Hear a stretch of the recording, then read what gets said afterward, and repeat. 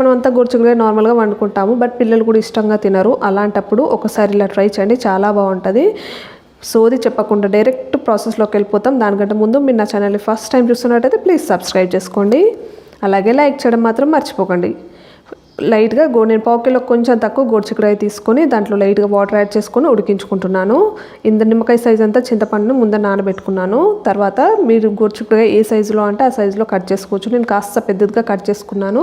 మనకు నార్మల్ మొత్తం ఉడికాక గోరుచిక్కుడుకాయ అనేది మ్యాక్సిమం ఉడికిపోయాక దాన్ని స్టవ్ ఆఫ్ చేసుకొని వాటర్ అంతా పడేసుకోకండి, వాటర్ని పక్కన ఉంచుకోండి, అది కూడా యూజ్ అవుతుంది. తర్వాత ఒక ప్యాన్లో 2 టీ స్పూన్స్ వరకు ఆయిల్ వేసి 1/2 టీ స్పూన్ ఆవాలు, 1/2 టీ స్పూన్ జీలకర్ర, 2 పచ్చిమిర్చి, 2 ఎండుమిర్చి, తర్వాత ఉల్లిపాయలు, కరివేపాకు ఇదంతా వేసుకొని ఉల్లిపాయలు పచ్చి వాసన పోయేంతసేపు వేయించుకోవాలి. తర్వాత 1/2 టీ స్పూన్ వరకు జీలకర్ర పొడి, పావు టీ స్పూన్ వరకు మెంతి పొడి ఇదంతా వేసుకొని ఆయిల్లో బాగా వేయించుకోండి. తర్వాత 1 టీ స్పూన్ వరకు అల్లం వెల్లుల్లి పేస్ట్, 1 టీ స్పూన్ వరకు పసుపు ఇదంతా వేసుకొని బాగా వేయించుకోవాలి. ఇది కూడా వేగాక గోరుచిక్కుడుకాయ ఉడికించుకున్న పక్కన ఉంచుకున్నాం కదా, అది దాంట్లో వేసుకోవాలి. వాటర్ అంతా తీసేసి ఆ వాటర్ని పక్కనే ఉంచుకోండి, తర్వాత యూజ్ అవుతుంది. ఇది కాస్త వేగాక లైట్గా సాల్ట్ యాడ్ చేసుకొని మూత పెట్టుకోవాలి. కొంచెం గోరుచిక్కుడుకాయని ఆయిల్లో వేయించుకొని 5 మినిట్స్ అలా ఆయిల్లో వేయించుకోవాలి.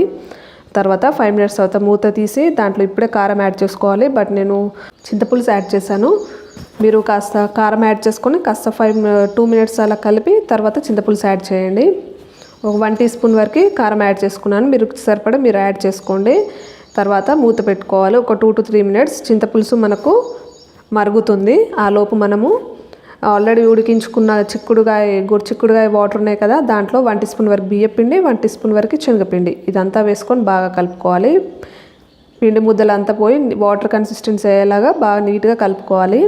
తర్వాత 5 మినిట్స్ తర్వాత చింతపులుసు మనకు ఉడుకుతుంది. ఆ టైంలో మనం కలుపుకున్న వాటర్ని దాంట్లో వేసుకోవాలి. బియ్యపిండి, శనగపిండి వాటర్ని దాంట్లో వేసుకొని బాగా కలుపుకొని లైట్గా వాటర్ కూడా యాడ్ చేసుకోండి, ఎక్స్ట్రా యాడ్ చేసుకొని దాంట్లో ఇప్పుడు జీలకర్ర, ఎల్లిపాయ నేను 1 టీ స్పూన్ వరకు జీలకర్ర, 2, 3, 4 ఎల్లిపాయలు వేసుకొని దంచుకొని ఆ దాంట్లో వేసుకుంటున్నాను. జీలకర్ర ఎల్లిపాయ పేస్ట్ని వేసుకొని బాగా కలుపుకోవాలి.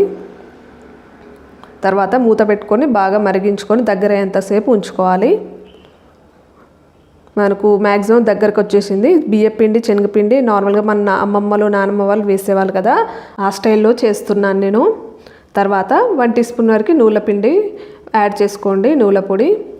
దీనివల్ల పులుపులో ఎప్పుడైనా నువ్వుల పొడి వేస్తే టేస్ట్ బాగుంటుంది, ఫ్లేవర్ కూడా బాగుంటుంది నువ్వుల పొడిది. తర్వాత కొద్దిగా కొత్తిమీర ఆకు, తర్వాత ధనియాల పొడి, అది వీడియో స్కిప్ అయింది, అది కూడా వేసుకొని కొద్దిసేపు 5 మినిట్స్ అలా స్టవ్ పై నుంచి ఫ్లేమ్ ఆఫ్ చేసుకుంటే అంతే అండి, రెడీ అయిపోయింది మన గోరుచిక్కుడుకాయ పులుసు. చాలా టేస్టీగా ఉంటుంది, వేడి అన్నంలో తింటే మాత్రం సూపర్గా ఉంటుంది. ఒకసారి మీరు కూడా ట్రై చేయండి.